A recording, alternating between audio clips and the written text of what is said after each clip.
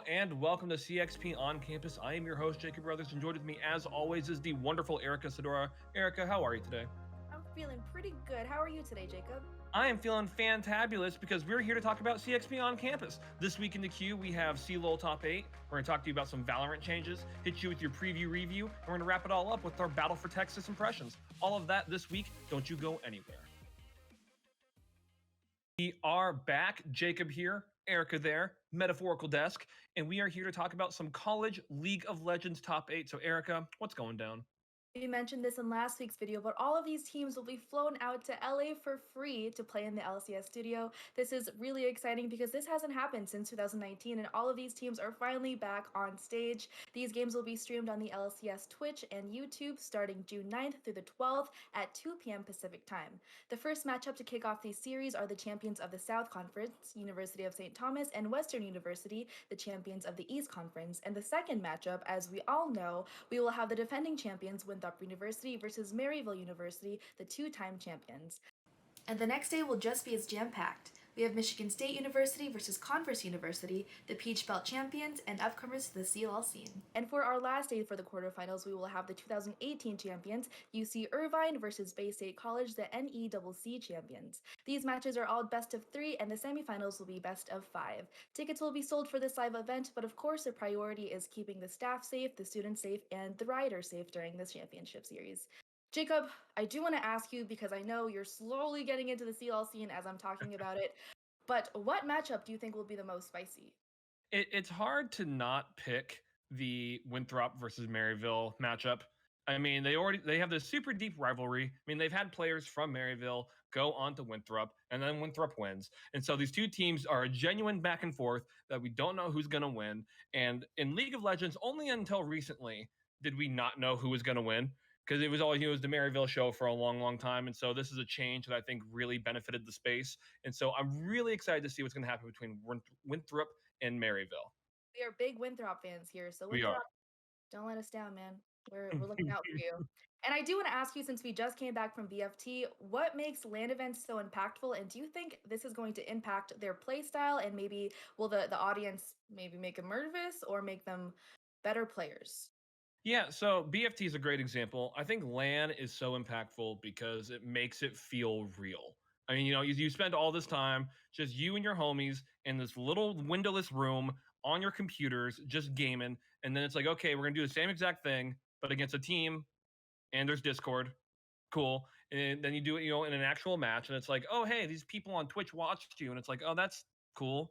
People watched me as I'm still in my same space doing my same thing. But when you're at a LAN event and you see other human beings watching you, and you hear the screaming and the cheering and the passion, it it has to impact the way that you play. There's no way that it can't. Because once again, it just feels real. Feels like the stakes are actually on the table. You physically see your opponent, you physically see your fans, and your brain is just, I would assume, much more excited, so much more happy. And so I think it being LAN is going to be such a big deal, and I cannot wait to see what happens with that. But speaking of BFT, we're about to talk about that. So we'll be right back with our impressions of that event. Hello, friends. Jacob Brother still here. Erica Sadora is still there. But we know who you're really looking at is the delightful Mr. Jack Bridges. Jack, thanks so much for coming on today. Oh, thank you so much for having me again.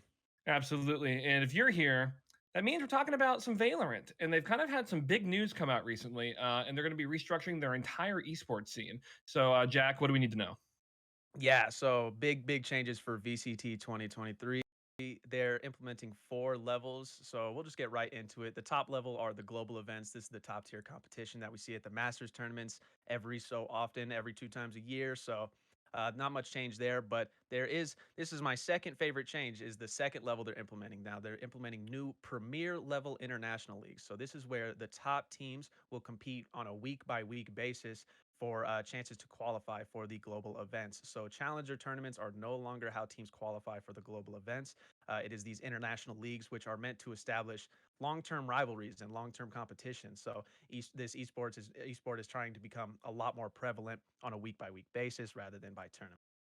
And they will be implementing a third level in which they will expand domestic and game changers leagues, which will allow players from all over the world to compete. And my favorite change is the in-game competitive mode. So this will be separate from Valorant's competitive mode now, in which players will any player that has Valorant will have the chance to compete for these domestic leagues and where they can start their career in competitive Valorant. So it's really, really interesting that it's a lot more open to everybody rather than being closed off to organizations before, because previous to that, to compete and make it to the high levels, you had to have an association with an organization, and that's just not the case anymore. So they'll also Yeah. be providing more ways for fans to support their teams, and this is just meant to make it easier for everybody to compete.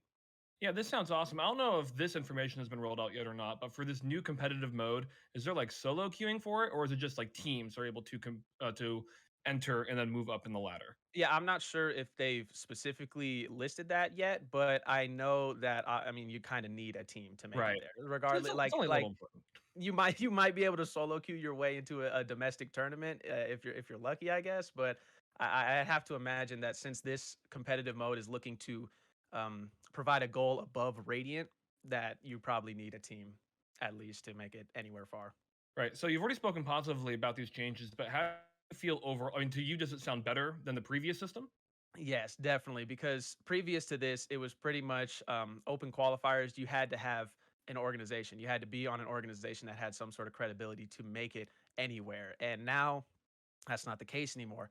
And on top of that, these premier level leagues will allow teams to compete on a week by week basis rather than on a day by day basis. So a lot of times, like for example, this year Sentinels barely made it for North America, but they're still one of the best teams in North America, but they barely qualified because they just had an off day. But this will allow us to have more week by week competition, so the best teams will actually make it rather than some flukes. Awesome. And then obviously this is run by the same company who makes League of Legends, Erica. So my question to you, and League of Legends has had a very positive structure, and it's very easy to follow, and it's been very successful. That's what I was looking for, successful. And so my question to you, Erica, is do you feel like League of Legends could pull from this structure a little bit, or what do you think? I think it's vice versa. I think Riot has a really big heart for Path to Pro. So when you're able to see organizations and big leagues like Riot and Valorant pull apart from like big companies like C9 or like TSM or even Sentinels, for example, and really push an individual pro into the scene, I think there's a lot more value, but at the same time, there are different core values for contenders as well for Overwatch, and you have different values for every one of these organizations and games. So I think it's interesting the path that they're going. It's not entirely team based yet that we know of, but I think it's going to give opportunities for a lot of students, especially who are just looking to get into the scene, maybe find a team and just show what they're made of. Sweet. And then last question, Jack. Collegiate has been growing in Valorant. We've seen more and more tournaments. Even just recently at May Madness, we saw some crazy collegiate play. How do you think that this structure is going to impact the collegiate scene in particular? It makes a lot more comfortable because when Valorant or Riot announced back in February that they were going to formally support collegiate Valorant, I was a little nervous about how they were going to do leagues and week by week basis. But seeing as how they have plans to implement that for their obviously professional esports, this makes me feel a lot more confident in them for the collegiate structure that they are implementing later on this year. Sweet. Well, and time will tell. We won't see these changes coming until 2023, but when they come, I cannot wait to see how the scene develops. That's Valorant. Coming up next, we're going to have your preview review right after this. What's up, gamers? Welcome to your review. Say that a couple times really quickly. For what's going on around the collegiate esports world, here are our interns. Hello everyone, as always, my name is Mel, and let's jump right in to the Collegiate Overwatch news. So, we recently had the Collegiate Esports Commissioner's Cup, which took place on May 6th to May 8th at Gateway Center Arena in Atlanta. So as for the Overwatch tournament, in 4th we had the SCADBs, in 3rd we had Northwood, in 2nd we had HU Storm, and in 1st we had Redbird Esports, which is a very shocking result considering that just recently on May 1st, Redbirds fell 3-0 to HU Storm in NACE Grand Finals. However, this time Redbirds came back from the losers bracket after losing 2-0 to HU Storm in semifinals, and then they beat HU Storm 3-1 in Grand Finals, which is very interesting to see. But you can't underestimate the power of either of these teams in any case scenario, and a big congratulations to Redbirds Esports. Hello everyone, this is Jose with your weekly CSGO rundown. Let's get to it. After an intense varsity season for CSGO and of course a dominating display from Drexel, Let's relax for a bit and take a look at the NA Star League Spring 2022 CSGO Challenger Grand Finale. Kansas State Varsity, the number 1 seed of the Challenger, faced off against Davenport CS Black, the 4th seed of the tournament. Now, some background about these two. They faced each other earlier in the playoffs where Kansas State managed to edge Davenport 2-1 in 3 highly close rounds. Davenport started strongly in that match, winning 16-11. However, Kansas State reeled in their offensive and won the next 2 rounds 16-13 and 19-16. Kansas State would go on to advance without much of a challenge in the form of RIT White. Davenport, however, would go on to face U of T Varsity and RIT White CS and defeat both of them 2-0. Now, these victories were great momentum-building stepping stones for Davenport because they got into a rhythm that they would bring into their match with Kansas State. In the grand finale, the first round went exactly the same as their last meeting, with Davenport winning 16-11. However, Kansas State was unable to pull off a victory in the second round this time around, losing 13-16 against a dominant Davenport. This has been all for your weekly rundown. My name is Jose, and I'll see you next time. Hey everyone, welcome back to your weekly preview review for Valorant. I am Jack Bridges, and today we're going to be covering Spike Drop number 11. And so if you weren't here with us last time we covered the Spike Drop, it is a one-day tournament held at the HyperX Arena in Las Vegas. So we are going to be covering the winner semi and on. So the first game was Team Meow versus the Gourd. Team Meow took a 13-6 win on Breeze. Rebel Gaming White versus the A-Team. The A-Team dominated with a 13-2 win on Split, and that put the winners final with the A-Team versus Team Meow. And this winners final was a very interesting game to watch. It came down 13-12, in which Team Meow took an insanely close win on Icebox. It came down to 1.7 seconds, and the A-Team eliminated all of Team Meow but didn't have enough time to defuse a spike. So it was very, very close final. For the losers final, the A-Team played the Gourd, in which the A-Team took a close victory, 13-10 on Haven. And this put them back in the grand final for their rematch versus Team Meow.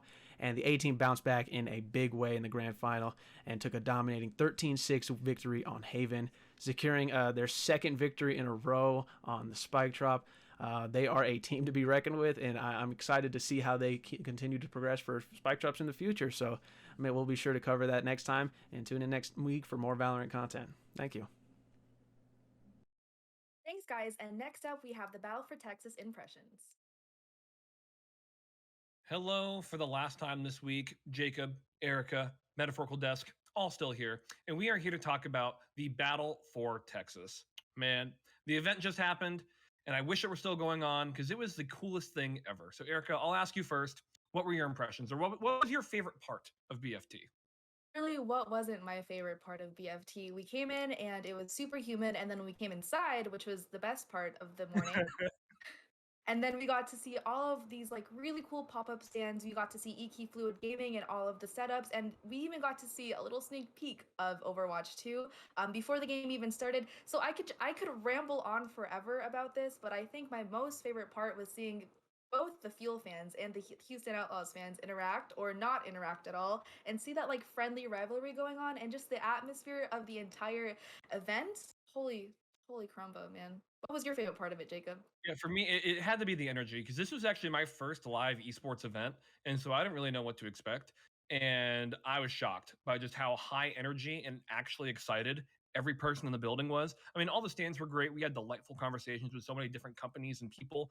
But then when the actual match happened, and you hear the screeching, there's the thunder sticks, like it wasn't quiet for a single part of that match. And then the match itself, I mean, the Outlaws absolutely stomped. And it was crazy to see this LAN event be so successful and like in every way. Like, I've seen a lot of preparation from behind the curtains, and it's so interesting to see it come into the flesh, whether it's these fans and these esports connoisseurs is what I'll say, as they were just able to be so happy and so excited in the post-game interview, the Q&A, the fans. It was all just freaking dope. And so we were able to get all of it on camera. We're going to have a video coming out soon of the Battle for Texas experience. So keep your eyes peeled for it, because it was a genuinely awesome event, and we got so much great coverage, and we can get you guys to see it. But with that, that is our show. We hope that you enjoyed. For more, check out our stuff at checkpointxp.com.